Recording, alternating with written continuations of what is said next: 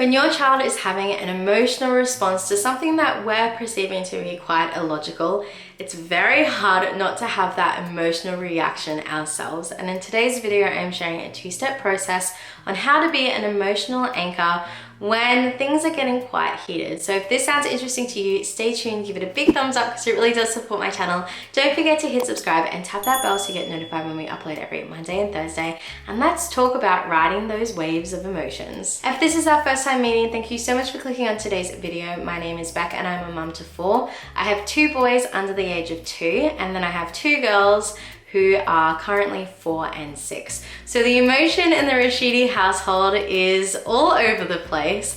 There is generally someone who is upset, crying, or just frustrated. And it got to a point where things were getting quite negative and just not a good place for any of us. As a mum, it was really confronting to see my children responding to each other and responding to me, and knowing that it was a reflection of how I was reacting to them.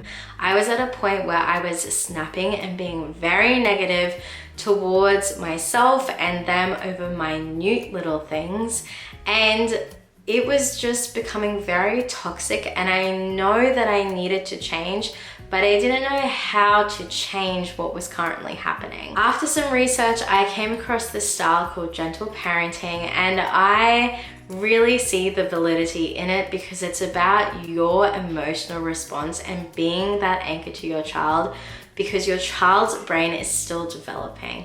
And I want to be able to show my kids that you can have emotional intelligence and work through these emotional responses and not be controlled by it.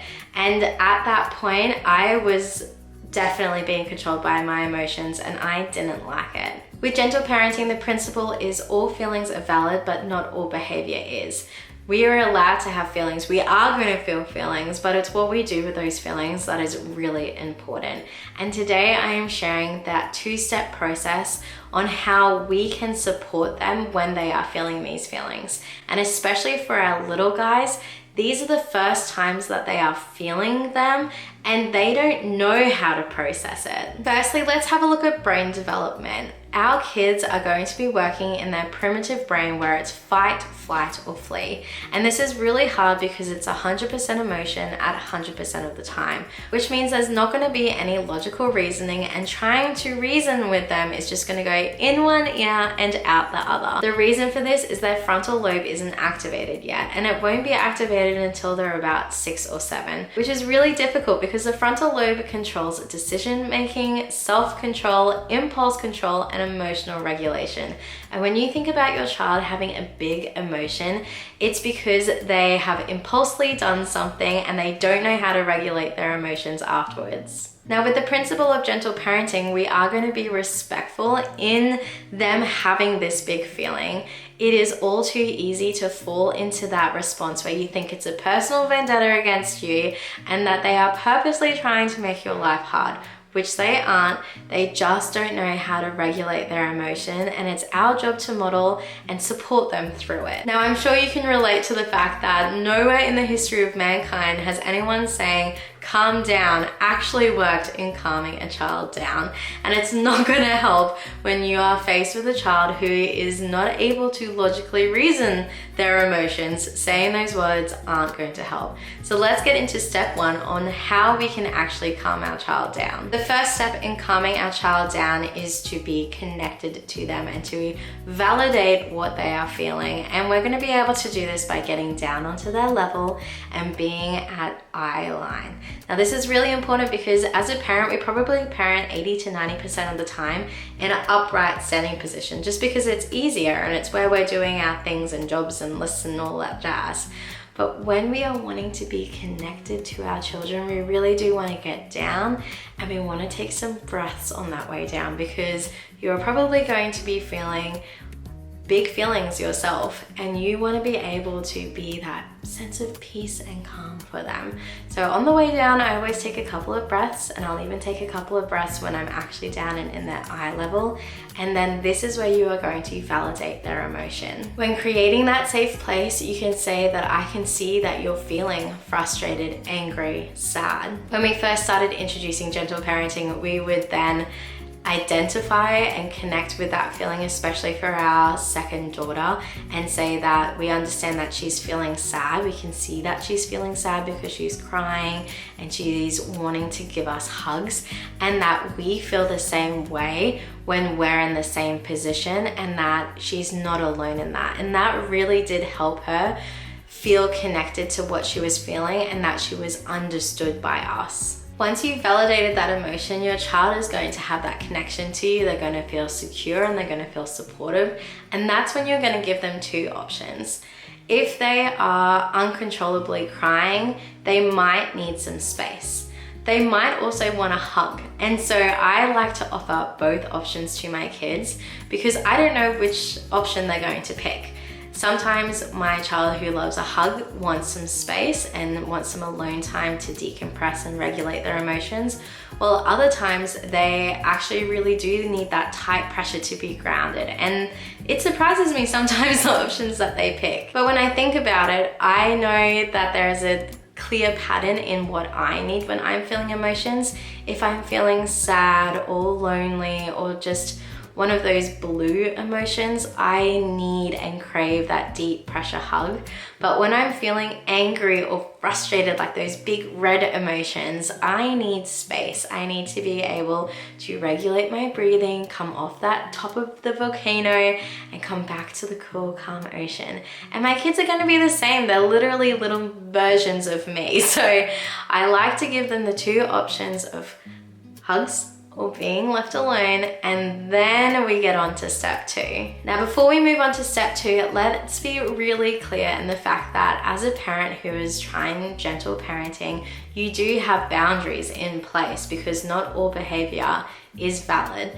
And when it comes to working within those boundaries, you may be the reason why a child is having a big feeling because you have told them that it's not for toddlers, or you've asked them to do something and that's upset them.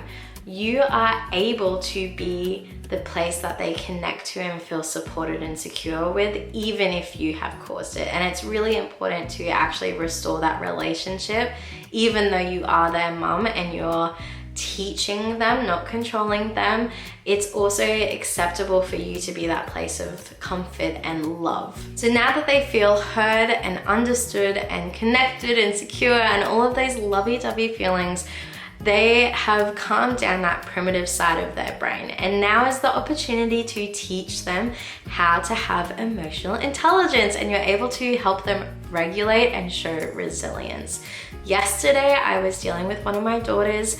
I had said that we were going to pack up in a couple of minutes, and then I said to her, could you please pack up the obstacle course? Now, her emotional response completely blew me away because she screamed and kicked the ball and it ricocheted off the fence. It wasn't what I thought was going to happen. So I said very calmly, I can see that you're feeling frustrated and angry. She then identified with the fact that that's how she was feeling. I asked her, because she is older, why are we feeling angry? What has caused this? And she told me that she hadn't yet played with the obstacle course and it had taken her such a long time to get it out and set up and ready to go. Having this conversation allowed me to realize the fact that she was upset because she put in all this hard work and effort and hadn't gotten to reap the benefits. So we had a couple of extra minutes of playtime and the girls were enjoying that obstacle course, and then then we packed it up. And I praised her for having the resilience, for communicating with me, and things went really well from then. And that's the amazing thing, is having the ability to negotiate and hear her voice helped me to understand why she was having that reaction. And I was able to support her in doing that. Now, when it comes to my toddler, this is a different kettle of fish because he doesn't have the language to communicate with me. And I will make a whole other video about how I support him with gentle parenting. But it is amazing to see his ability to connect with what I'm saying and to start that emotional regulation. It's really important to remember that our kids are feeling these feelings and they don't know how to regulate. It is our job as parents to help be that anchor, to not get consumed by our emotions ourselves, and to model to them, if we are feeling overwhelmed, how we process it in order for them to be able to process it themselves. It's kind of like we're giving them permission that they can do the same strategies as us to navigate through the same emotions that we could possibly feel. So to be an emotional anchor to your child, don't forget to connect and validate their emotion, and then once that side of their brain has calmed down, you are then able to teach the resilience and navigate through that emotional response so they start to have emotional intelligence. So if you found this video helpful, please give it a big thumbs up because it really does support my channel. Don't forget to hit subscribe and tap that bell so you get notified when we upload every Monday and Thursday, because this parenting gig doesn't come with a rule book, we only have each other. And I'll see you in my next video. Bye!